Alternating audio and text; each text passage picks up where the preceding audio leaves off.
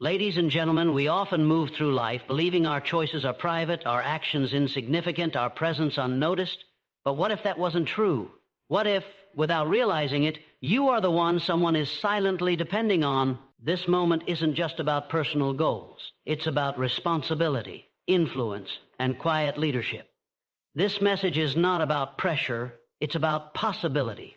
Because when you act as if the world is counting on you, something within shifts. You awaken to a higher standard, a deeper meaning, and a purpose that reaches far beyond what you can see. Let's begin. We are often taught to see responsibility as something heavy, something that limits freedom, something that demands too much and gives too little in return. And yet if we look more closely, responsibility is not the weight we carry. It's the shape we grow into, the frame that holds our lives steady when everything else feels uncertain. It is not the opposite of freedom, but the expression of it. Because when we choose to be responsible for something or someone, or even for the story we tell ourselves in the quiet of our minds, we are not surrendering power. We are claiming it. We are stepping into the sacred contract of our existence, and in doing so, we become active participants in our own becoming for it. It is in the acceptance of responsibility that we stop waiting to be rescued.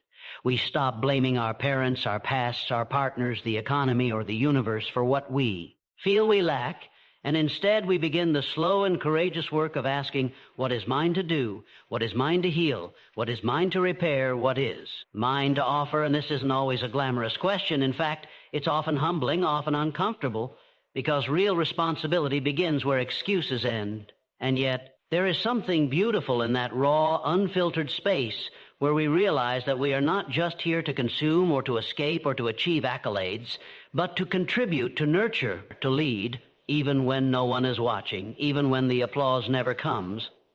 Because the deeper purpose is not external recognition, but internal alignment. And when we begin to act from that place, when we begin to show up for our lives as if they matter, because they do, something extraordinary begins to unfold. The mundane becomes meaningful. The repetitive becomes ritual. The forgotten becomes sacred. We stop seeing responsibility as a list of obligations and start experiencing it as a pathway to impact, to integrity, to intimacy with life itself. And perhaps the most radical act of responsibility is showing up for ourselves, not in a self-centered way, but in a self-aware one, choosing to take care of the things we say we value, aligning our actions with our intentions, being honest about our inconsistencies, not to punish ourselves, but to reorient, to recalibrate. Because when we do this, we naturally become more available to others, more present, more trustworthy, more magnetic. And this presence is not about perfection, but about accountability, about being someone whose words and actions are in harmony. Someone who does not have to be flawless to be reliable. Someone who does not pretend to know it all, but who is willing to grow, to learn, to repair when they harm. And in this way, responsibility becomes the foundation of emotional safety, not just in romantic relationships or parenting, but in communities, in workplaces, in global movements. It becomes the structure through which healing is transmitted and sustained. And what's more, this kind of responsibility is contagious. It invites others to step forward, to be braver, to trust themselves and each other. Because when we live responsibly, we stop waiting for someone else to take the lead. We recognize that our choices ripple, that our silence can speak just as loudly as our words, that our energy is not neutral, that how we carry ourselves shapes the spaces we enter. And when we begin to live with that awareness, not fearfully but intentionally, we realize we are all culture creators, we are all influence holders, whether we're in a boardroom or a bedroom or alone in a conversation with our own conscience. And this kind of responsibility does not need to be overwhelming. It can be tender, it can be quiet, it can be expressed in the way we breathe through conflict, in the way we pause before reacting, in the way we apologize, without defensiveness, in the way we advocate for others when they're not in the room, in the way we honor our limits while still stretching our capacities. And as we learn to do this, we begin to see that the most profound form of responsibility is not controlling outcomes, but staying connected to our deeper values, to our intentions, to our truths, even when they cost us approval or comfort or certainty, because there is something more valuable than all of those. The knowledge that we are living in integrity with ourselves, that we are not spectators of life but sculptors of it, not victims of time but co-authors of the way it unfolds within us. And in this realization, responsibility no longer feels like a burden we are dragging behind us, but a compass we are learning to follow, a rhythm we are daring to trust, a calling we are slowly answering. Not because we have to, but because something within us longs to. We learn early to look outward before we move inward, to scan the room before we speak, to wait for a nod, a smile, a sign that it's safe, that it's time, that we're welcome, that we're enough, and this habit of waiting becomes a quiet ritual. So familiar, so automatic, we forget we're even doing it. We hold our breath in conversations. We shrink our dreams until they feel digestible to others. We question our brilliance if it isn't mirrored back immediately and somewhere along. The way we begin to believe that worth is something we earn from the outside in, not something we carry from the inside out, and yet beneath the surface of that hesitation is a hunger, a longing to be seen, to be recognized, to be invited into the space we already belong to. But here's the paradox. While we are waiting for validation, affirmation, permission, the world is waiting too. Waiting for us to say what only we can say, to build what only we can build, to bring forth that unique convergence of experience, pain, vision, and voice that no one else can replicate. And this gap between what we could offer and what we allow ourselves to offer becomes a quiet ache, a missed possibility, a deferred calling. And often it's not that we lack talent or ideas or heart, but that we've internalized the belief that we must first be chosen, approved, celebrated before we can begin. And so we pause our own lives, waiting for a sign that maybe we are finally allowed to start living them. And in that delay, something beautiful begins to wither. The spontaneity, the risk, the unapologetic expression of who we are when no one is scripting us, because we are taught to seek belonging by blending in rather than standing out, to be liked rather than to be true, to be careful rather than to be real, and so we trade authenticity for safety, originality for acceptability, and we do this without knowing we are doing it, until one day the cost of waiting becomes louder than the fear of being seen, and we begin to realize that maybe it is not validation we need, but courage, the courage to speak when our voice trembles, the courage to move when the path is not yet lit, the courage to believe that maybe we were never supposed to be discovered by someone else, but remembered by ourselves. And in that remembering, we stop outsourcing our value. We stop measuring our progress by applause. We stop performing and begin to participate. We become less concerned with whether people think we're qualified and more committed to showing up anyway, because we recognize that the real validation doesn't come before the action, it follows the action, and often from the most unexpected places. The quiet thank you after a hard truth, the subtle shift in someone else's posture because we dared to go first, the invisible lives we touch by simply living ours honestly. And we start to notice that the world is not as indifferent as we thought. It's simply waiting for signals, for boldness, for clarity, for someone to take the risk of being authentic so others can feel safe to do the same. And that someone is us, not someday, not once we're perfect, but now, flawed, evolving, unfinished. Because the world doesn't need our perfection. It needs our presence, our willingness to take up space with humility and intention, our ability to hold both confidence and compassion, our decision to stop performing for approval and start aligning with our purpose. And when we live from that place, we begin to lead, not from titles or credentials, but from resonance, from embodiment, from a deeply human understanding that someone somewhere is listening, watching, deciding whether it's possible to believe in themselves based on how we treat our own voice. And that kind of leadership doesn't require a platform or an audience. It begins in the small, invisible moments where we refuse to self-abandon, where we stop waiting for someone to call us valuable, and instead become the kind of person whose value is expressed through their consistency, their truth, telling, their ability to stand still in their knowing even when the room does not yet echo it back. And there's a power in that stillness, in not rushing to fill silence, in allowing our inner authority to anchor us, in trusting that we do not need to be louder or shinier or more impressive to be meaningful. We just need to be honest. We just need to be in relationship with our own depth. We just need to remember that the world has enough noise. What it needs is depth, clarity, courage, presence, And we bring those things when we stop waiting to be invited and begin to understand that our very existence is the invitation, and once we accept it, once we own it, once we allow ourselves to show up even when the outcome is uncertain, something shifts in us, in those around us, in the culture we helping to shape. And suddenly we are no longer waiting for validation, but becoming vessels of it. Not for ego, but for encouragement, not for status, but for service. Not to prove something, but to participate fully in this brief, astonishing chance to be alive and to matter, and we do. Every decision we make carries with it a frequency, a vibration, a consequence that extends beyond the moment it's made, and often beyond the space we can see or the people we can name, and yet in the smallness of our daily lives, we forget this. We treat our choices as isolated events, as private matters, as moments that begin and end with us. But in truth, every yes and every no shapes not just our own story, but the stories we are connected to. We are not solitary authors. We are collaborative architects, shaping each other's lives not only through grand gestures, but through quiet decisions, the ones made when no one is watching, the ones we think don't matter, the ones we convince ourselves are invisible, and yet they echo, sometimes subtly, sometimes profoundly, into the lives of our children, our colleagues, our partners, our neighbors, and even into the lives of strangers, because every decision has a tone, a consequence, a legacy, and even the ones we make unconsciously still write themselves into the architecture of someone else. The emotional landscape. A moment of generosity that shifts someone's trust in humanity.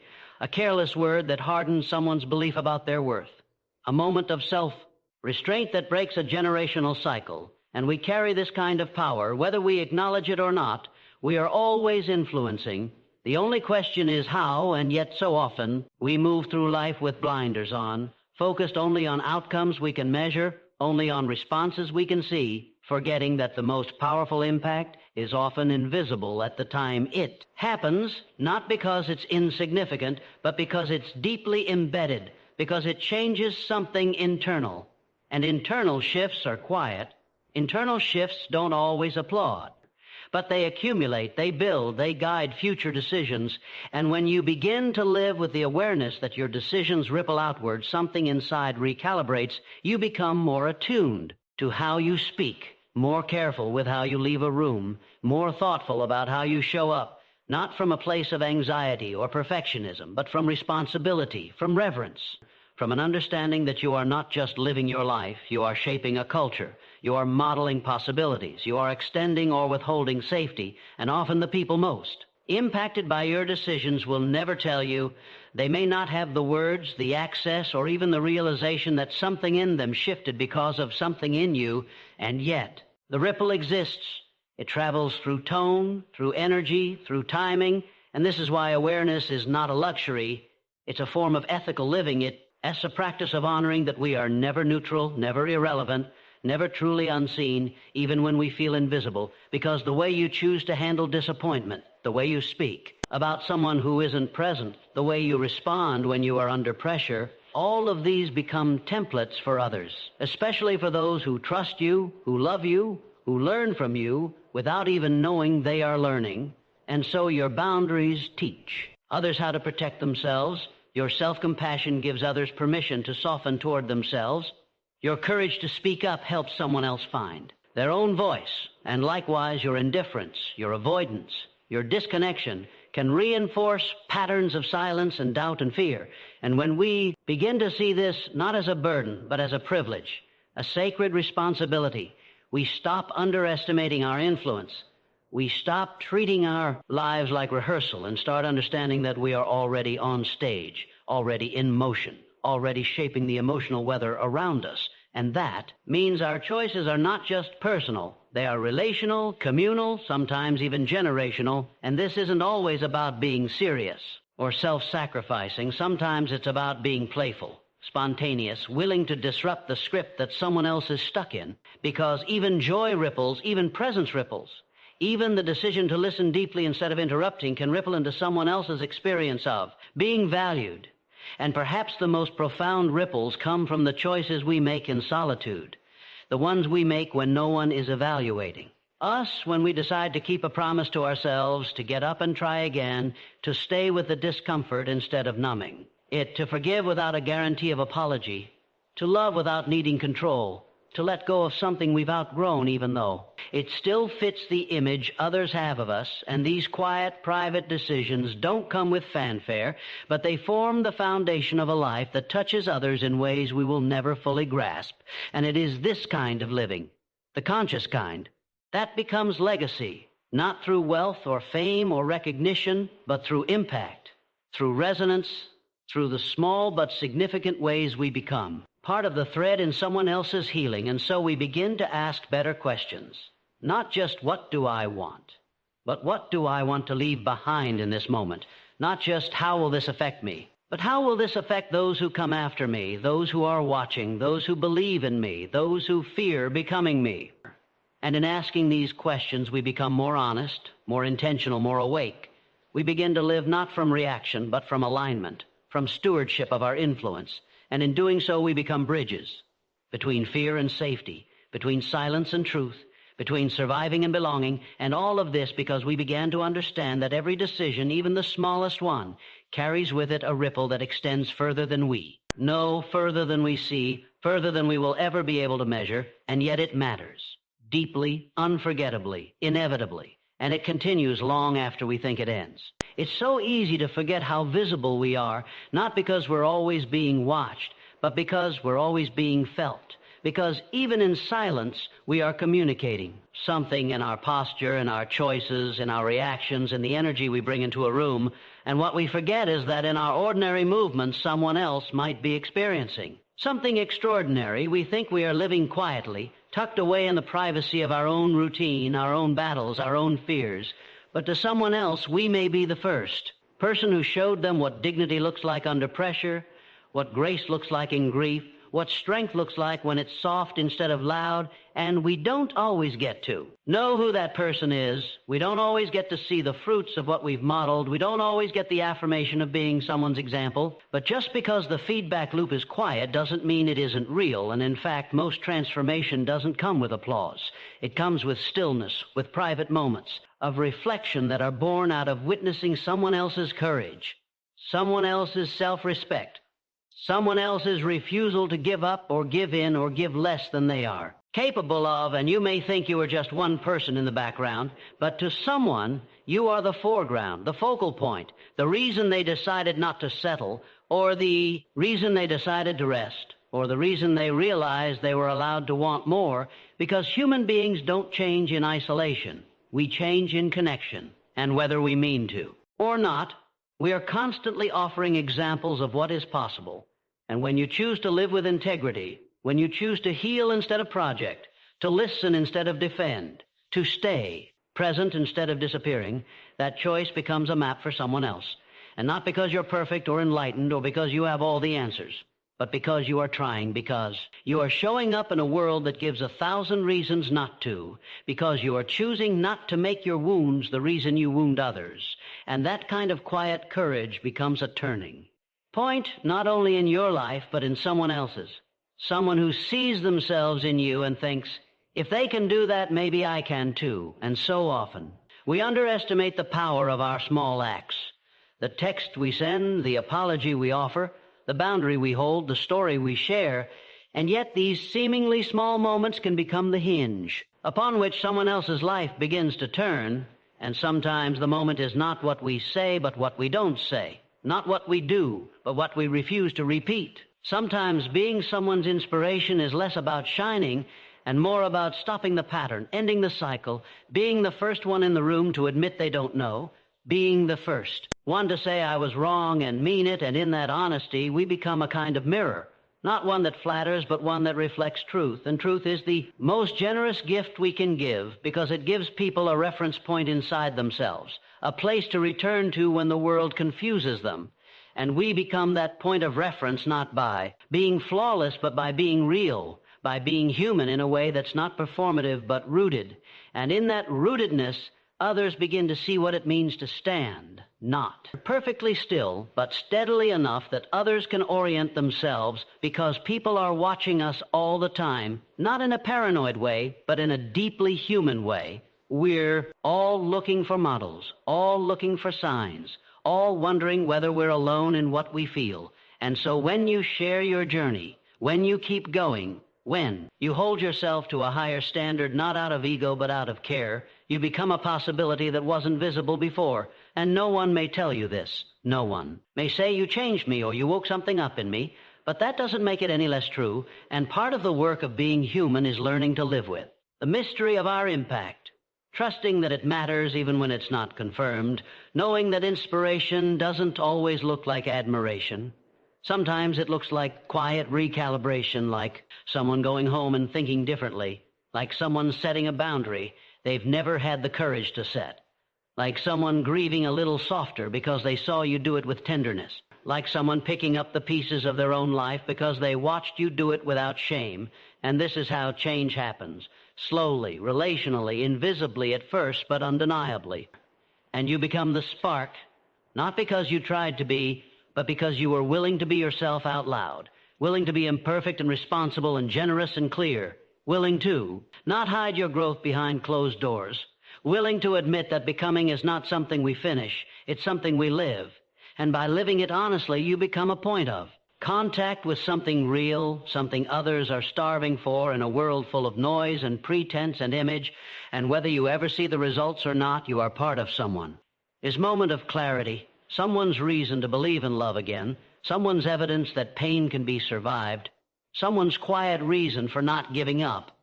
And this is not about pressure, it's about presence, not about performing, but about remembering that you matter, even when it feels like no one is watching, even when you read just getting through the day, even when you feel small or unseen or tired, because you never know who is looking at you and seeing their own turning point reflected back at them. There is something inside you, a way of seeing, a way of listening, a way of surviving, that someone else needs, not as imitation, but as permission, as evidence that what they are struggling to name, you have already walked through, lived with, learned how to carry, and though you may not realize it, your existence is an answer in motion, not because you have all the solutions neatly packaged, but because you embody a kind of wisdom that only comes from lived experience, a wisdom that is not taught in books or classrooms, but learned. In the raw space between loss and healing, between confusion and clarity, between silence and speech, and somewhere, someone is asking a question you have spent your life answering without even knowing it.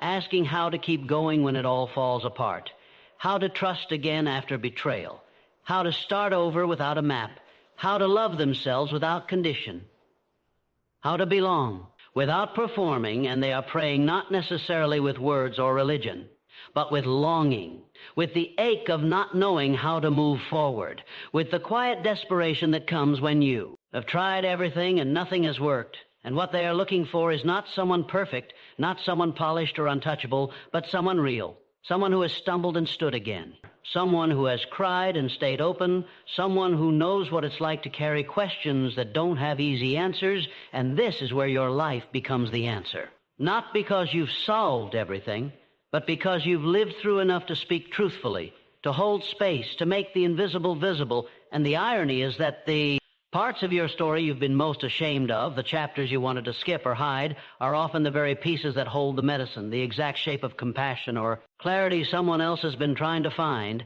And while you may look at your life and see only fragments, only moments that didn't go as planned, someone else will see a pattern, a kind of map, a kind of mirror that allows them to imagine something different for themselves and know you don't need to become a teacher or a healer or a guide in a formal way. You simply need to stop hiding, stop shrinking, stop underestimating the quiet power of your presence, your voice, your truth, because you hold a key, not to everything, but to something. And that something matters more than you know. Someone is trying to figure out how to live with grief without becoming numb, and you've already done that. Someone is searching for a way to set boundaries without losing love, and you've already done that. Someone is wondering if joy can exist after trauma, if success can come after failure, if love can return after heartbreak, and you, by simply living your life as honestly as you can, are offering a living answer, and often you won't even realize it, because the people you affect most deeply may never tell you, may never meet you, may only catch a glimpse of you on a train or overhear your conversation in a cafe, or read something you posted years ago, or feel something shift in your presence and not be able to name it. And that's okay. Because influence doesn't require recognition, it only requires authenticity. And when you show up fully, flawed, human, healing, you create space for others to stop pretending, to stop performing, to stop thinking they have to become someone else in order to be worthy of love, belonging, or peace. And this is why hiding is not humility. Shrinking is not safety. Invisibility is not protection. Because when you hold back what is uniquely yours, you are not just denying yourself. You are withholding something sacred that someone else is actively seeking. And sometimes you are the only person who can say it in the way they need to hear it. Sometimes you are the only one who can love them in a way that feels believable. Sometimes your energy, not your words, not your resume, not your accolades, but your energy, your presence, your way of being becomes a kind of sanctuary, a place where they can breathe differently, think differently, feel differently. And this is not about being a savior or a solution in the way society glorifies. It's about being attuned, aligned, available in a world that so often rushes, distracts, numbs, and dismisses. And so when you doubt your worth, when you question your impact, when you feel lost in the noise of comparison or not enoughness, come back to this, that there is someone out there who is trying to survive something you've already made peace with, trying to hold together something you've already let go of, trying to believe in something you've already seen come true. And they are not looking for a perfect example. They are looking for a possibility that feels real, that feels grounded, that feels lived in. And you carry that possibility not because you tried to, but because you chose to keep going, to stay awake in your own becoming, to live a life that is not always neat but is deeply honest. And that honesty is what reaches people, what touches them, what gives them access to something they couldn't access before because there are parts of your life that don't just belong to you, they belong to the collective, to the larger human story, to the sacred web of interdependence we so often forget. And by owning them, living them, speaking from them, you become part of someone else's awakening, someone else's healing, someone else's beginning. You may never fully see the impact of your presence, but that does not make it any less powerful. Every truth you live, every healing choice you make, every moment you choose authenticity over approval, it matters. Somewhere, someone is quietly shifting because of you. You are not here by accident. You are not too small. Your life is not random. It carries something essential, something sacred, something someone else is still searching for. Live with that awareness. Walk with that responsibility. And remember, your existence is not just a journey. It is also an answer. Thank you.